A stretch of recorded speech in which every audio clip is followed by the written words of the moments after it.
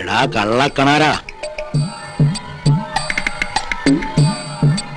ഞാൻ കുറുപ്പാ, കൃഷ്ണക്കുറുപ്പ്. നമസ്കാരം കുറുപ്പേ. എന്റെ പേരും പറഞ്ഞ് താനൊരു കിഴി കെട്ടാൻ തുടങ്ങിയിട്ട് കാലം കുറെ ആയല്ലോ, അതെന്തായി? ഒന്നും ആയിട്ടില്ല, ആവുമ്പോ ഇവിടെ എത്തിച്ചോളാം. എന്താ കാണിക്കുന്നേ? ചേട്ടനല്ല അച്ഛൻ. എല്ലാം എനിക്കറിയാം, അതല്ല ഇവരോട് ഞാൻ പറയണോ?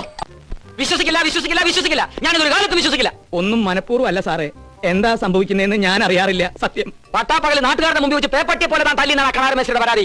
അടിയോടിയായിട്ട് തല്ലിയിട്ടില്ല. പിന്നെ ഇനി കുറുപ്പിന്റെ ആത്മാവായിട്ട് തല്ലിയിട്ടുണ്ടോ എന്ന് എനിക്കറിയില്ല. 20-ാം നൂറ്റാണ്ടിൽ ആത്മാവ് ആത്മാവ്. മോനെ രാംകുമാരാ,